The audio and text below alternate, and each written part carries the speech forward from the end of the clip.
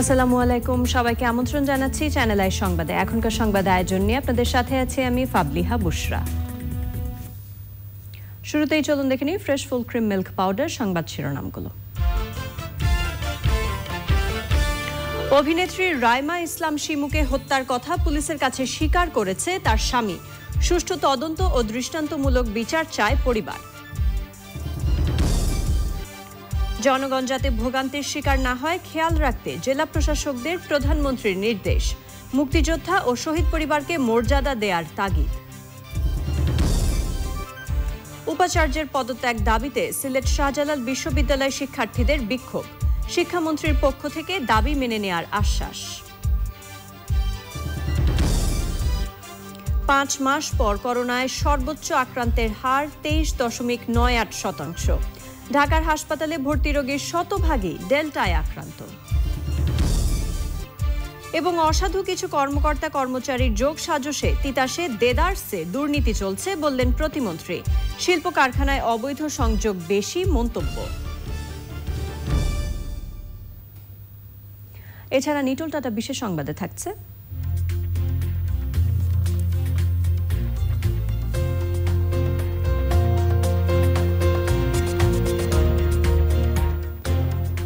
নেদারল্যান্ডসে tulip মৌসুম শুরুর খবর।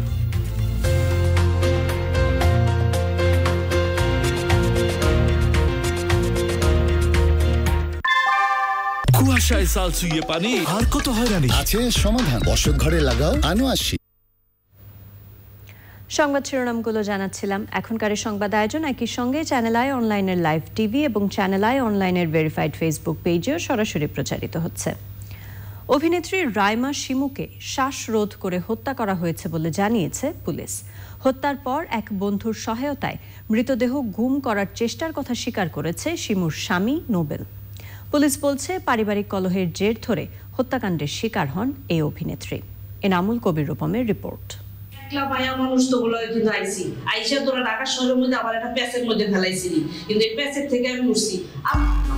রাজধানীর গ্রিন রোডের বাসায় স্বামী খন্দকার সাখাওয়াত আলীম নোবেলের সঙ্গে এক মেয়ে ও এক ছেলেকে নিয়ে থাকতেন অভিনেত্রী রাইমা ইসলাম শিমু। ওই বাসা থেকে নিখোঁজ হওয়ার পরদিন কেরানীগঞ্জের হজরতপুরে রাস্তার পাশ থেকে উদ্ধার হওয়া নারীর মৃতদেহ রাইমা শিমুর বলে নিশ্চিত হওয়ার পর তদন্তে নামে কেরানীগঞ্জ থানা পুলিশ। আটক করা হয় তার স্বামী নোবেল ও স্বামীর বন্ধু আবদুল্লাহ ফরহাদকে। পুলিশের জিজ্ঞাসায় হত্যায় সরাসরি জড়িত থাকার কথা স্বীকার করে তারা। মৃতদেহ সরিয়ে ফেলার পর নিজেকে আড়াল করতে কলাবাগান থানায় স্ত্রী নিখোঁজ হওয়ার বিষয়ে জিডি করেন বলে জানান নোবেল। তার স্বীকারোক্তি অনুযায়ী উদ্ধার হয় হত্যায় ব্যবহার করা রশি ও গুমের চেষ্টায় ব্যবহার করা প্রাইভেট কার। মঙ্গলবার দুপুরে কেরানীগঞ্জ থানায় আসেন শিমুর পরিবার সদস্যরা। নোবেল ও ফরহাদকে অভিযুক্ত করে কেরানীগঞ্জ মডেল থানায় মামলা দায়ের করেন তারা। আমার বোন গেছে, একটু তো আপনারা বুঝতেছেন যে আমার বোন গেছে। আপনারা সবাই আমাদেরকে হেল্প করেন ভাই। আমার বোনের যেন সঠিক বিচারটা হয়, যে খুন করছে তাকে যেন খুঁজে পায়। আমি একটু আমার বোন জামাইয়ের সাথে কথা বলবো। আসলে কি আপনি করেছেন, কেন করেছেন, অপরাধটা কি আমার বোনের? যদি আপনি করে থাকে 18 বছর সংসার করেছেন, আপনাদের লাভ ম্যারেজ যদি করে থাকে, এই প্রশ্নটা আমি আমার বোন জামাইকে করব। পুলিশ বলছে হত্যাকাণ্ড পরিকল্পিত হলেও চিহ্ন রেখে গিয়েছিল অপরাধীরা। প্রাথমিকভাবে স্বীকার করতে, এটা আরো বিস্তারিতভাবে আমাদের তদন্ত করতে হবে। ওখানে কেন গেছে এটা গুম করার চেষ্টা করা হয়েছে, কোথায় হত্যাকাণ্ড হয়েছে এটা বিস্তারিত তদন্ত না করে এখন এই মুহূর্তে আমরা বলতে পারবো না। পোস্টমর্টম রিপোর্টে ডাক্তার বলতে পারবে কিভাবে হয়েছে। ইনকোয়েস্টে কি পেয়েছেন এটা আমরা এই মুহূর্তে এগুলো আমরা বলতে চাচ্ছি না। যে কোনো হত্যাকাণ্ডর প্রক্রিয়ার সকল বিষয় এবং সাক্ষ্য প্রমাণের সকল বিষয় যদি বলা হয়, এটা ভবিষ্যতে অন্য যে কোনো অপরাধী সেই তথ্যগুলো নিয়ে সে পরবর্তীতে অপরাধ সংগঠনে এই বিষয় থেকে সতর্ক থাকার চেষ্টা করে। ঢাকাই চলচ্চিত্রে অভিনয় ও মডেলিংয়ে সম্পৃক্ত রাইমা ইসলাম শিমু টিভি সিরিয়াল ফ্যামিলি ক্রাইসিসে অভিনয় করে বেশি পরিচিতি পান। কিছুদিন আগে তাকে সহ 184 জনের সদস্যপদ বাতিল করা নিয়ে চলচ্চিত্র শিল্পী সমিতির কর্মকর্তাদের সঙ্গে বিরোধে জড়ান রাইমা ইসলাম শিমু। Enamul Kabir Rupam, channel I, Dhaka. সরকারি সেবা পেতে সাধারণ মানুষ যাতে কোনোভাবেই ভোগান্তির শিকার না হয় সেদিকে দৃষ্টি রাখতে জেলা প্রশাসকদের নির্দেশ দিয়েছেন প্রধানমন্ত্রী শেখ হাসিনা। জেলা প্রশাসক সম্মেলনের উদ্বোধনীতে দুর্নীতি রোধে জেলা প্রশাসকদের কঠোর ভূমিকা রাখার আহ্বান জানান প্রধানমন্ত্রী। মুক্তিযোদ্ধা ও শহীদ পরিবারের কেউ যাতে অবহেলার শিকার না হন তাও নিশ্চিত করতে বলেছেন সরকার প্রধান। নীলাদ্রি শেখরের রিপোর্ট। করোনা মহামারীর কারণে 2 বছর পর অনুষ্ঠিত হচ্ছে জেলা প্রশাসক সম্মেলন। গণভবন থেকে ওসমানী স্মৃতি মিলনায়তনে ভার্চুয়ালি যোগ দেন প্রধানমন্ত্রী শেখ হাসিনা। মুজিব জন্মশতবার্ষিকীর উন্নয়ন ও সেবামূলক কাজগুলো যথাযথ বাস্তবায়ন, করোনা ভাইরাস সংক্রমণ রোধে কার্যকর ব্যবস্থা, বাজার নিয়ন্ত্রণ ও কৃত্রিম সংকট রোধ, এসডিজি বাস্তবায়ন, কমিউনিটি ক্লিনিকের সেবা বাড়ানো, শিশুদের সাংস্কৃতিক ও সৃজনশীল কাজে সম্পৃক্ত করা, চতুর্থ শিল্প বিপ্লবের সাথে এগিয়ে চলা, ধর্মীয় সম্প্রীতি, মাদকের বিরুদ্ধে কঠোর অবস্থান সহ জেলা প্রশাসকদের 24 দফা নির্দেশনা দেন প্রধানমন্ত্রী। সরকারি সেবা নিতে এসে সাধারণ মানুষ যেন কোনোভাবেই হয়রানির শিকার না হয় সে বিষয়ে সকলকে বিশেষভাবে দৃষ্টি দিতে হবে। এখানে জাতিপিতা বঙ্গবন্ধুর কথাটাও মনে রাখতে হবে। সেই কৃষক, শ্রমিক, মেহনতি মানুষ তাদের মাথার ঘাম পায়ে ফেলে যে অর্থ উপার্জন করে সেটা দিয়েই তো বেতন ভাতা আমাদের সব কিছু চলে।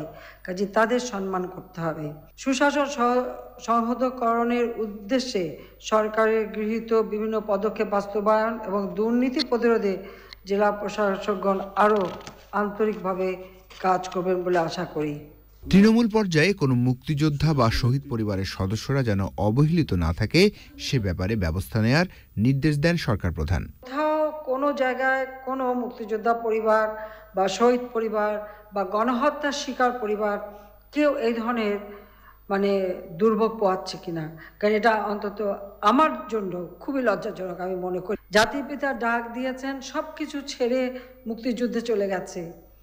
আর হ্যাঁ, পরবর্তীতে তাদের অনেক পরিবর্তন হয়েছে, অনেক বিপদ হয়েছে, সেটাও ঠিক। যেমন কিন্তু তারপরেও সাধারণ মানুষগুলি যারা 75-এর পর তাদের আর কোনো অস্তিত্বই স্বীকার করা হয়নি, তাদের দুর্ভোগের সীমা নেই। কিন্তু এখন আমরা যখন সরকারে, তখন কেউ ভিক্ষাবৃত্তি করবে, এটা আমাদের জন্য খুব লজ্জার। আমি আর দেখতে চাই না কখনো যে কোনো শহীদ পরিবার জাতির পিতার চিঠি যার হাতে সে ভিক্ষা করে খাবে, এটার জন্য না হয়। তৃণমূলের নির্বাচিত জনপ্রতিনিধিদের সঙ্গে সমন্বিতভাবে কাজ করতেও জেলা প্রশাসকদের তাগিদ দিয়েছেন প্রধানমন্ত্রী Sheikh Hasina. Niladri Shekhar, Channel I, Dhaka.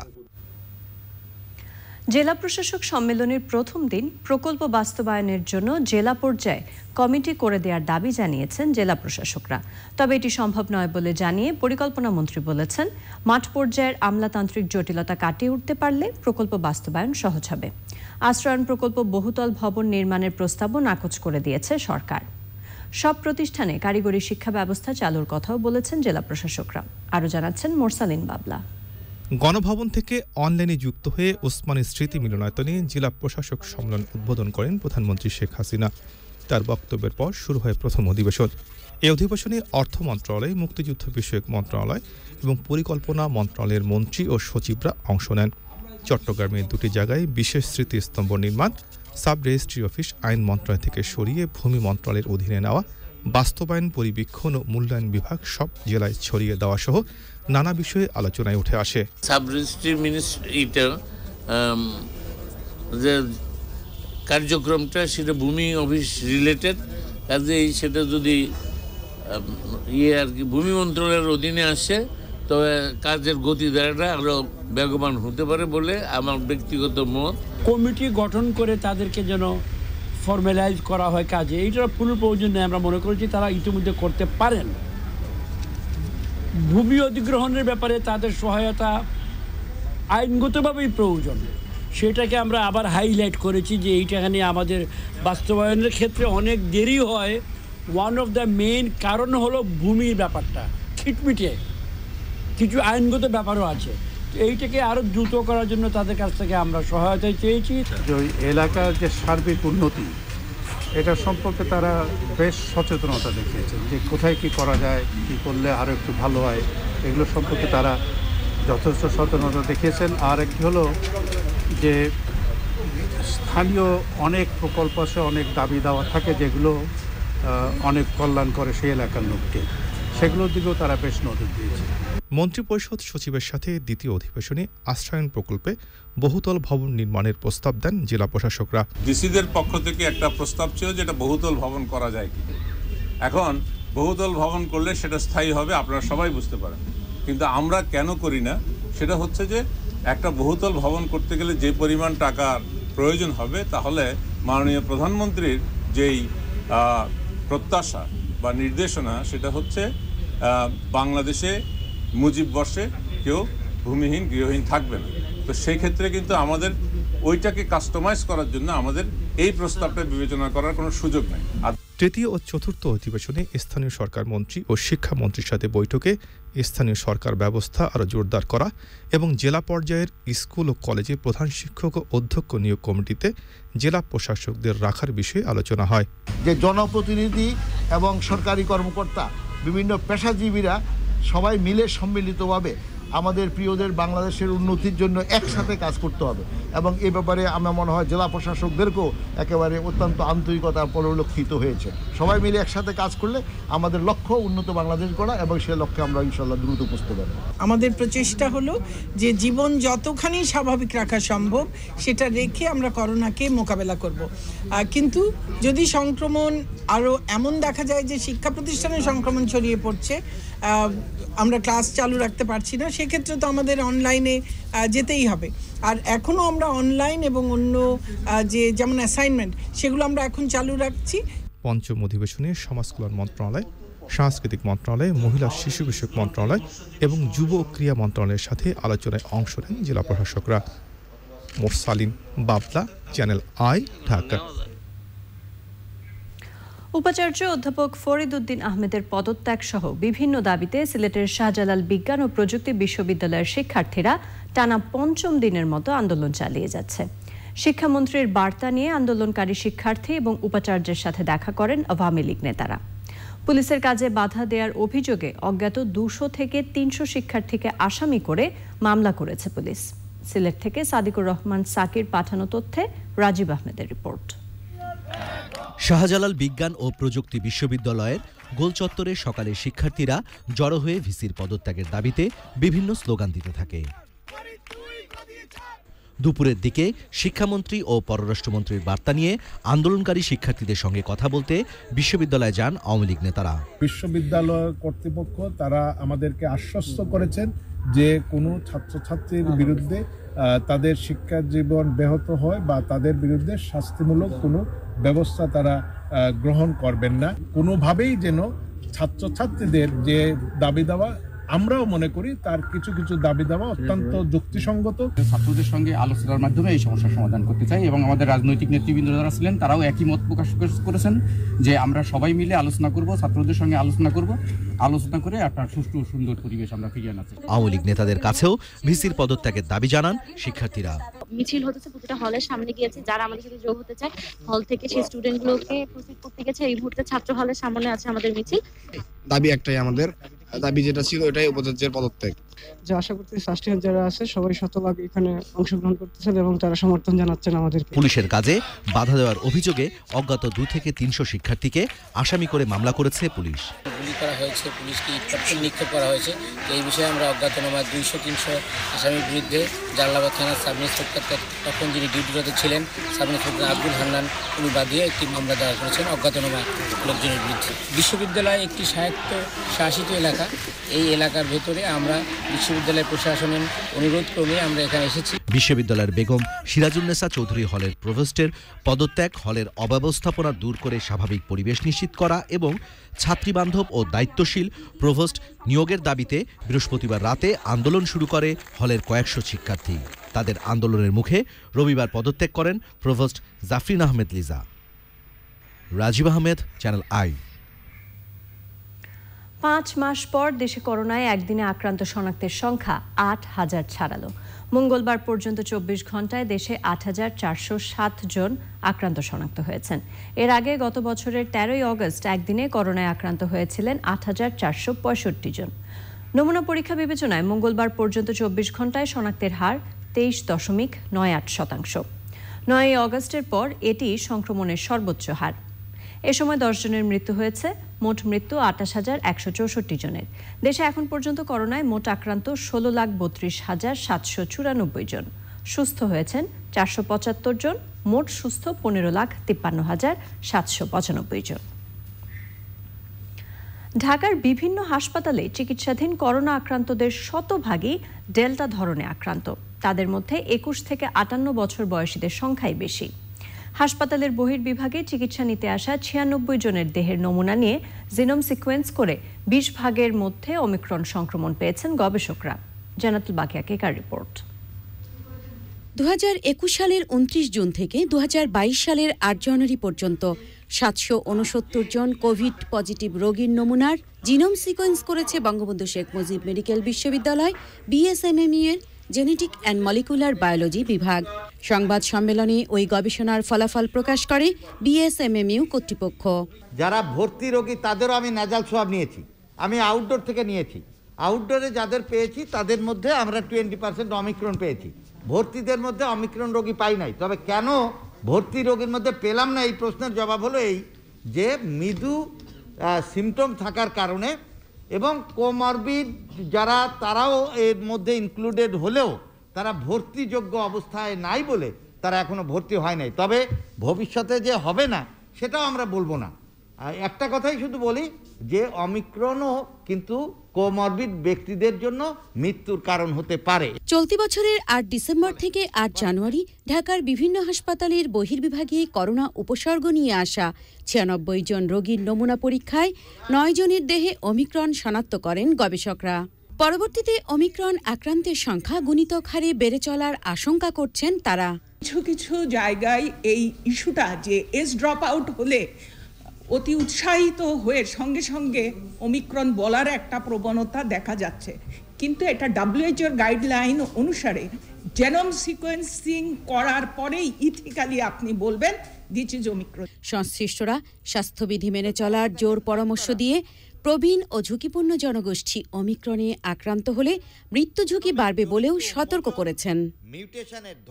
Jannatul বাকিয়া Keka, channel I, Dhaka. BNP বলেছে নির্বাচন কমিশন গঠনের আইন করার প্রক্রিয়া মূলত সরকার দলীয় ও অনুগত কমিশন গঠন করা।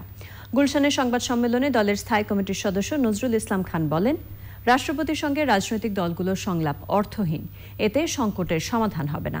এই সরকারের গঠন করা নির্বাচন কমিশনের অধীনে বিএনপি নির্বাচনে যাবে না, জনগণও সেই নির্বাচন হতে দেবে না।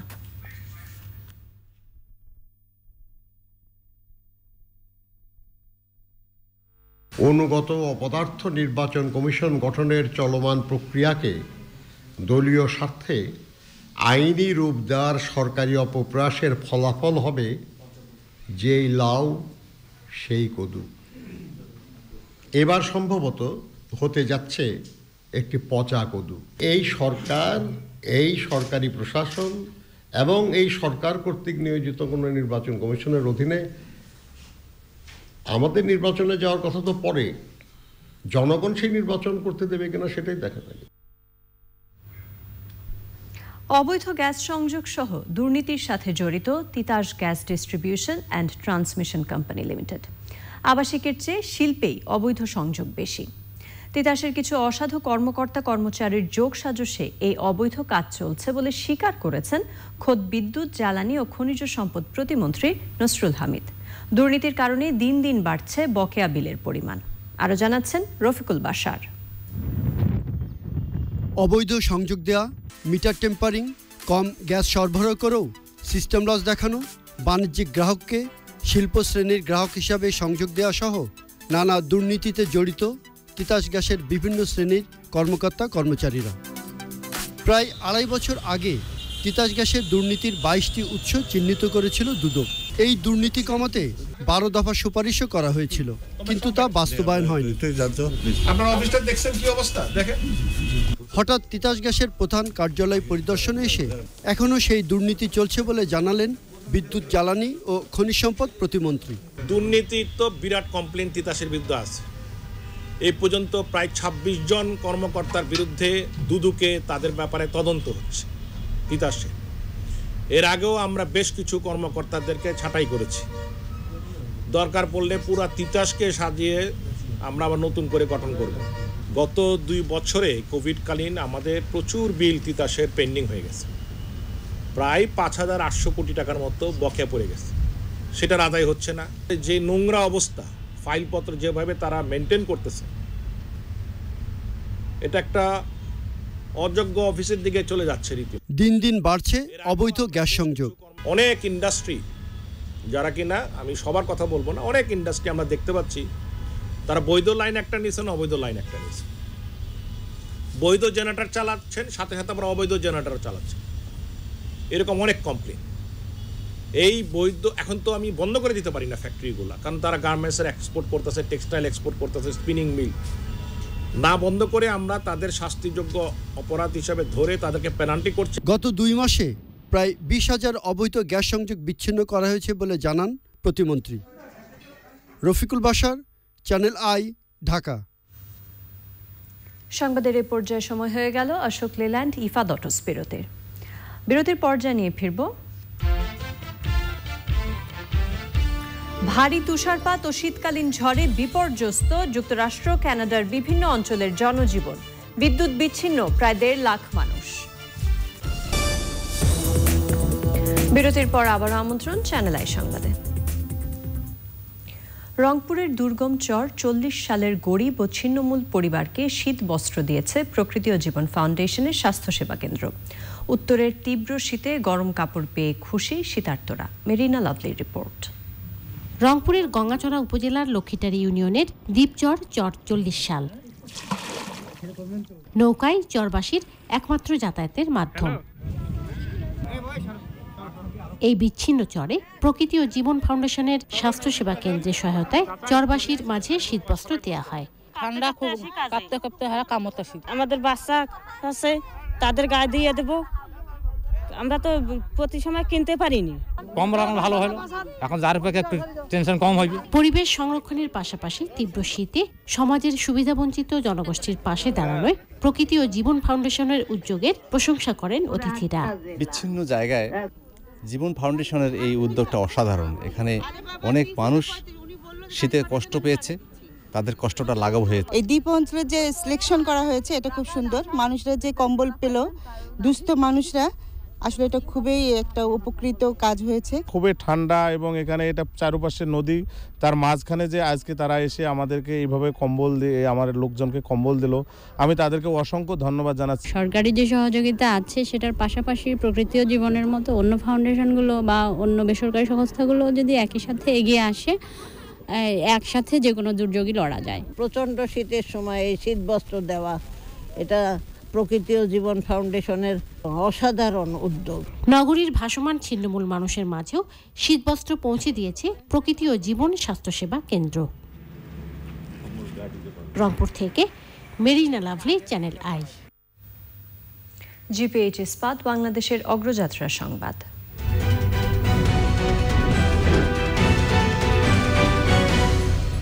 নির্মাণে প্রচলিত স্টিল বেছে নেবেন নাকি বেছে নেবেন এশিয়ার প্রথম কোয়ান্টাম ইলেকট্রিক আর্ক ফার্নেসে তৈরি বিশ্ব সেরা স্টিল?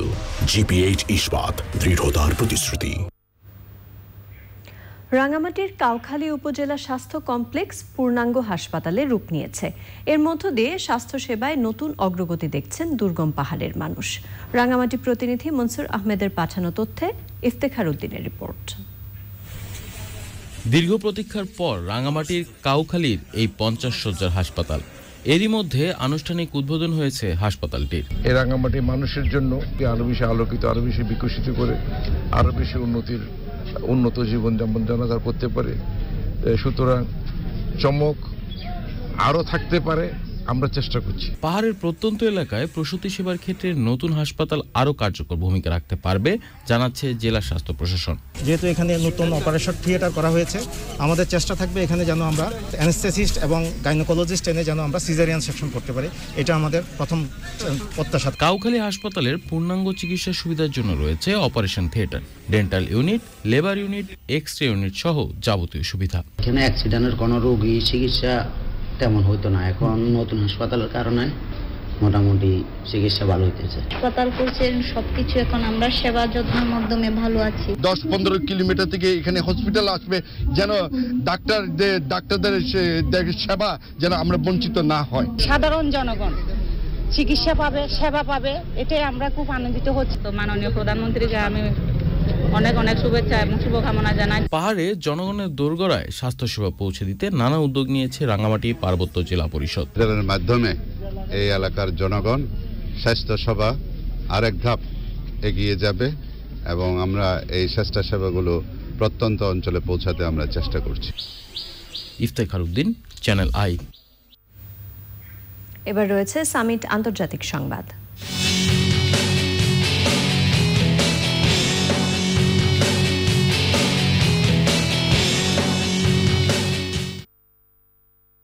ভারী তুষারপাত ও শীতকালীন ঝড়ে অচল হয়ে পড়েছে যুক্তরাষ্ট্র ও কানাডার বিভিন্ন অঞ্চলের জনজীবন।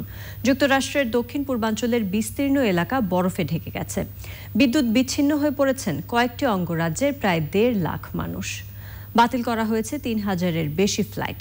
পরিস্থিতি মোকাবেলায় ভার্জিনিয়া, জর্জিয়া এবং নর্থ ও সাউথ ক্যারোলাইনায় জরুরি অবস্থা জারি করা হয়েছে। যুক্তরাষ্ট্রের দক্ষিণ পূর্বাঞ্চলের বিভিন্ন এলাকায় ঝড় ও তুষারপাত আরও প্রকট হতে পারে বলে আশঙ্কা করা হচ্ছে।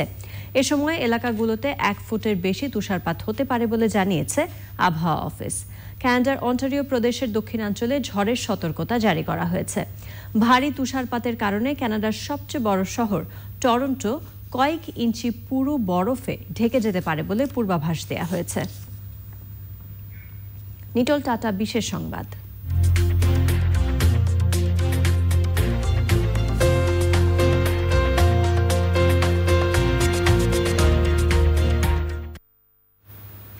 টিউলিপ ফুলের সাথে নেদারল্যান্ডসের রয়েছে নিবিড় সম্পর্ক। টিউলিপ মৌসুমের শুরুটা তাই কিছুটা আয়োজন করেই করলেন ফুল চাষিরা। মৌসুমের প্রথম দিন টিউলিপ তুলে নৌকায় করে সাধারণ মানুষদের উপহার দিয়েছেন তারা। প্রতি বছর টিউলিপ চাষিরা নেদারল্যান্ডসের ড্যাম স্কোয়ারে রয়্যাল প্যালেসের সামনে সাধারণ মানুষের জন্য বাগান তৈরি করেন। কিন্তু এবছর করোনা মহামারীর কারণে জনসমাগম নিষিদ্ধ হওয়ায় সে আয়োজন করা যায়নি।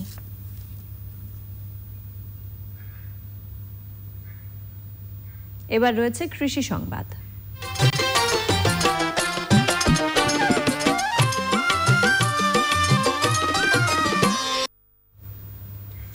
চাঁদপুরের 4 উপজেলায় মোবাইল অ্যাপের মাধ্যমে আমন ধান কেনা শুরু হলেও বেশিরভাগ কৃষক এখনও পদ্ধতিটি সম্পর্কে জানেন না। এতে লক্ষ্যমাত্রা পূরণ নিয়ে সংশয় দেখা দিয়েছে।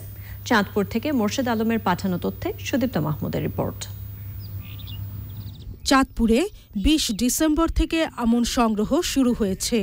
অনেক কৃষক অনলাইনে নিজের নাম নিবন্ধন করতে পারেনি, এমনকি তারা অ্যাপ সম্পর্কে কিছুই জানে না। মোবাইলের মাধ্যমে ধান বেচে কিচ্ছুই জানি না, অ্যাপসের মাধ্যমে বেচে এটা কিচ্ছুই জানি না। আমরা যাই 2-4 গা বেশি দেশই বেশি, কোনো ব্যাপার না, কেউ আইয়ে না, আমরা কইতে পারতাম না। অনলাইন কি এটা জানি না। মোবাইলে যে ধান বিক্রি হয় আমরা কেউ জানে না, সরকারের ধান কিনে আমরা কেউ জানে না। আমরা আশেপাশে তাই বিক্রি করি। অ্যাপের মাধ্যমে তালিকাভুক্তরা প্রকৃত কৃষক কিনা সে ক্ষেত্রেও শতভাগ নিশ্চিত হতে পারছে না কৃষি বিভাগ। উপজেলা হইল ম্যানুয়ালি আমাদের কৃষি বিভাগের মাঠ পর্যায়ে যে কর্মকর্তারা আছেন, উপসহকারী কৃষি কর্মকর্তারা এই তালিকা করতেছেন। এই তালিকা থেকে লটারির মাধ্যমে কৃষক নির্বাচন করা হবে এবং সেই তালিকা অনুযায়ী কৃষক থেকে সরাসরি দান করা।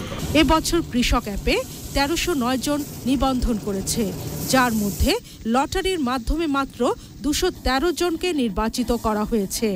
নির্বাচন হওয়ার কারণে কিছুটা দীর্ঘতা ছিল এবং পুরাতন আমাদের সংগ্রহ যেমন অব্যাহত আছে। আশা করা যায় আগামী 28 ফেব্রুয়ারির মধ্যে আমাদের লক্ষ্যমাত্রা অর্জন করতে সক্ষম হব। চাঁদপুর সদর, কচুয়া, শাহরস্তি এবং ফরিদগঞ্জ উপজেলায় অনলাইনে ধান কেনা চলছে। এ 4 উপজেলায় ধান ক্রয়ের লক্ষ্যমাত্রা নির্ধারণ করা হয়েছে 1007 মেট্রিক টন। ধান কেনা কার্যক্রম চলবে আগামী 28 ফেব্রুয়ারি পর্যন্ত। Sudipta Mahmud, channel I. এখন দেখবেন প্রকৃতি সংবাদ।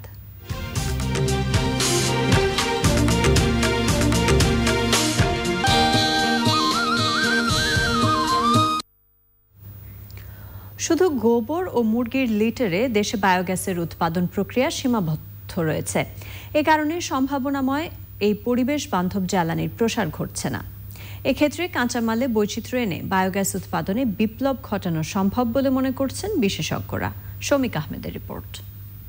2041 সালের মধ্যে দেশে ক্লিন এনার্জি উৎপাদন মোট ব্যবহৃত জ্বালানির 40% করতে চায় সরকার।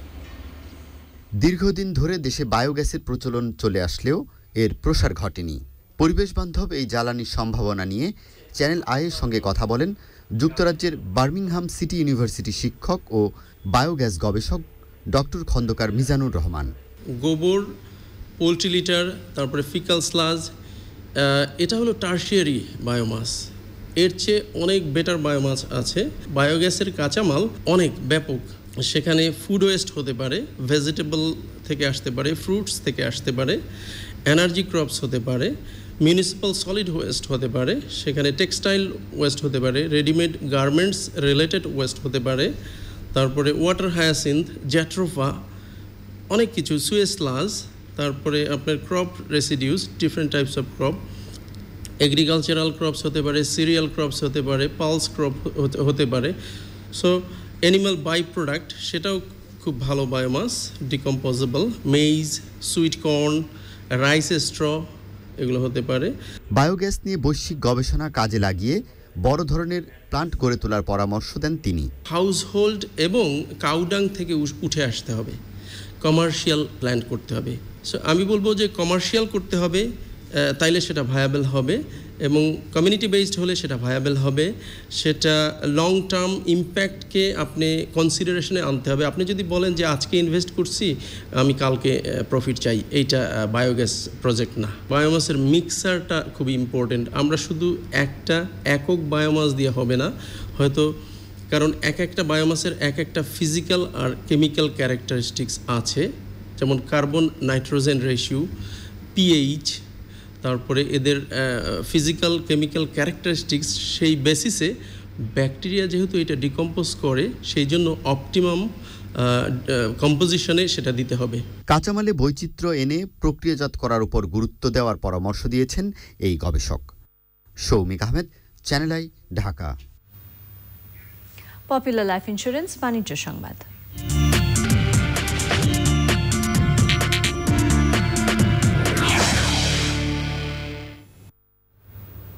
ঢাকা স্টক এক্সচেঞ্জে লেনদেনে ঊর্ধ্বমুখী প্রবণতা দেখা গেছে। আগের কার্যদিবসের চেয়ে ডিএসইএক্স সূচক কোনো পয়েন্ট না বেড়ে ৭,০৫৫ পয়েন্টেই রয়েছে। বেড়েছে বেশিরভাগ কোম্পানির শেয়ারের দাম। হাতবদল হয়েছে ৩৭৮টি কোম্পানির ১,৭১২ কোটি ৮৭ লাখ টাকার শেয়ার ও মিউচুয়াল ফান্ড, যা আগের কার্যদিবসের চেয়ে ২৬ কোটি ১৪ লাখ টাকা বেশি। এর মধ্যে দাম বেড়েছে ১৮৪টির, কমেছে ১৪৬টির এবং অপরিবর্তিত রয়েছে ৪৮টি কোম্পানির শেয়ারের দাম।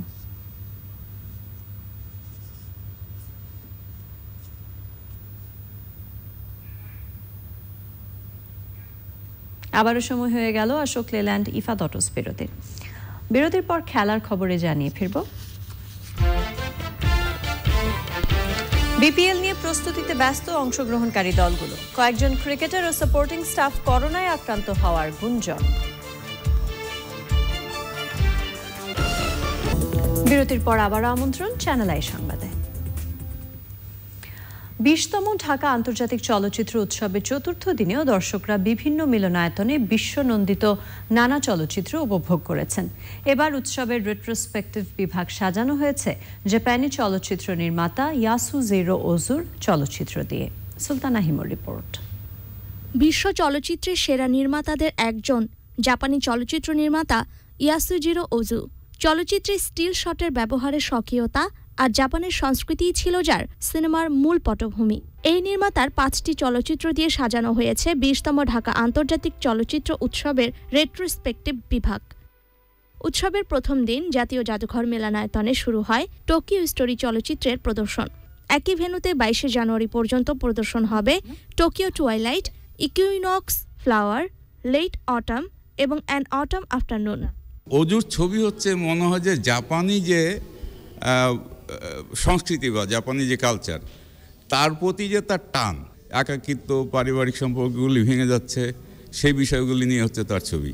চলচ্চিত্র পরিবেশকরা বলছেন বড় পর্দায় চলচ্চিত্র প্রদর্শনের জন্য চলচ্চিত্র উৎসবের বিকল্প নেই। প্রত্যেকের একটা ইচ্ছা থাকে যে আরও বৃহত্তর দর্শকের কাছে ছবিটা নিয়ে যাওয়া, পৌঁছানো, এবং এই যে ঢাকা আন্তর্জাতিক চলচ্চিত্র উৎসব এটা সেই সুযোগটা করে দিচ্ছে ভীষণভাবে, মানে বিভিন্ন দেশের পরিচালকদের।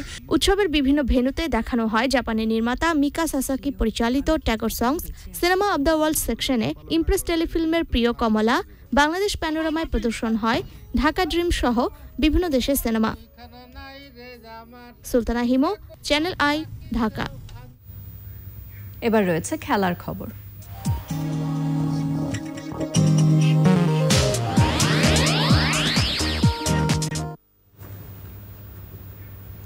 Bangladesh premier league